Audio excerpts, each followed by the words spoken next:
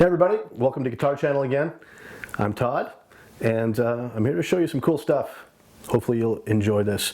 Now, I've been teaching for a long time, and there's one thing that people come in and they've been playing for a little while, or if I give them a couple of these chords that I think are required chords at the beginning to get you rolling, they come back after a little while and I see what they've done, and they have a tendency to always do the same thing.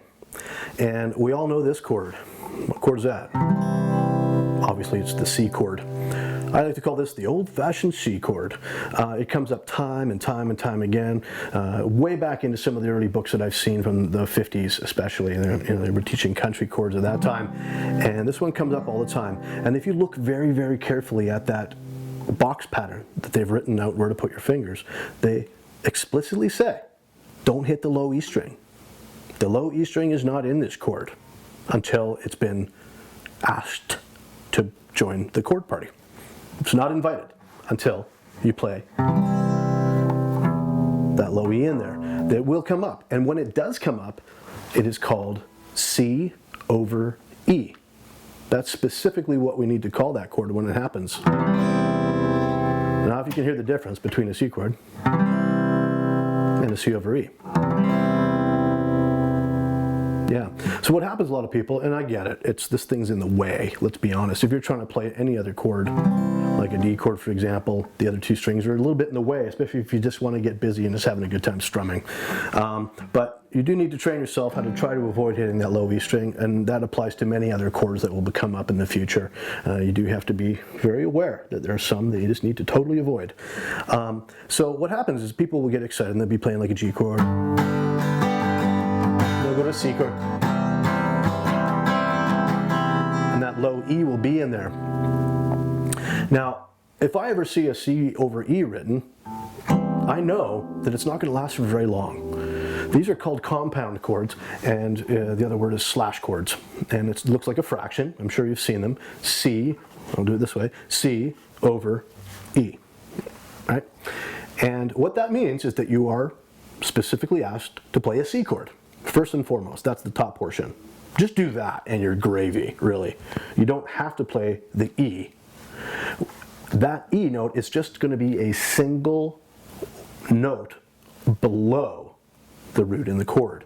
So you have a C chord, there's your root note, which is the C, right? And then they're asking you to put an E somewhere below it. Now piano players can do that pretty well because they have a left hand, and it makes it much easier for them.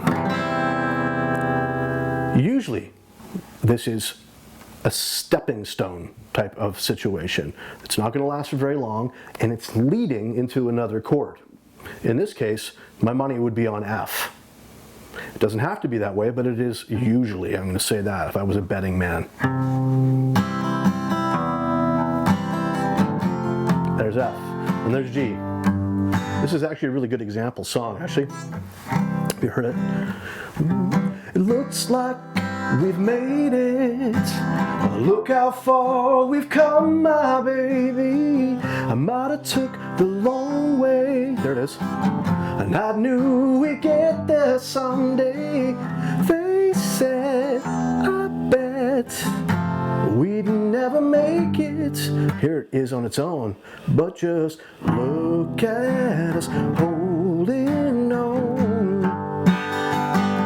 We're still together, still go. Anyway, I wouldn't even use it in this case because it's too much like the bass player, and I don't want to stomp on his territory too much.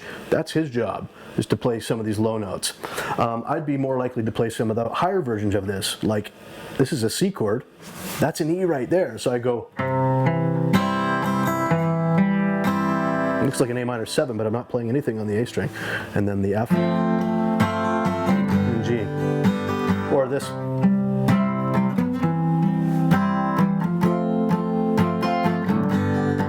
There's a number of different ways you can do it. My point though is, at this point, am able to hear when that low E is ringing out in anybody's chord when they're just strumming away.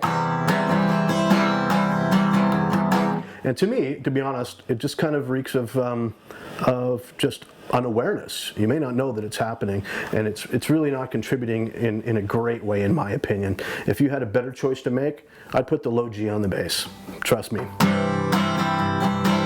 If you're just strumming out a C chord, you put that G on the bass, which is a fifth. Fifths add power. They add oomph to the bottom of your chord. And they support it a lot. Makes it sound confident. You can also get into this kind of stuff, which is like a bass line in country. Doesn't have to be in a country song either. You can do it in other songs too. Like, hey, hey, you're good looking.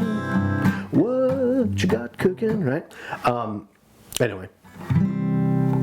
When you stick into a C chord, if you can also, some people like to try to mute it with their finger.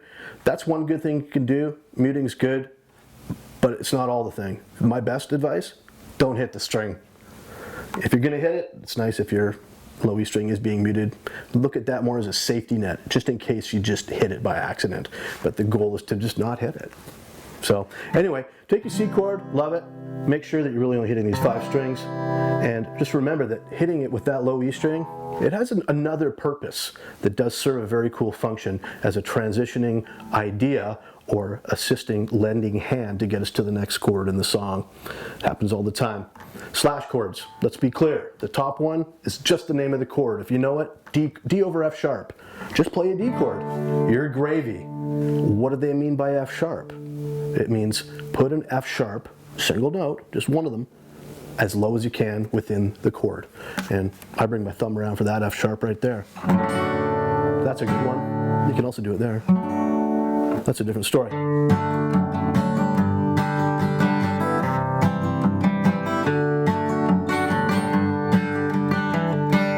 Anyway, thanks for tuning in, everybody. I'll tell you what, like, subscribe, click the notification bell, and we'll see you next time.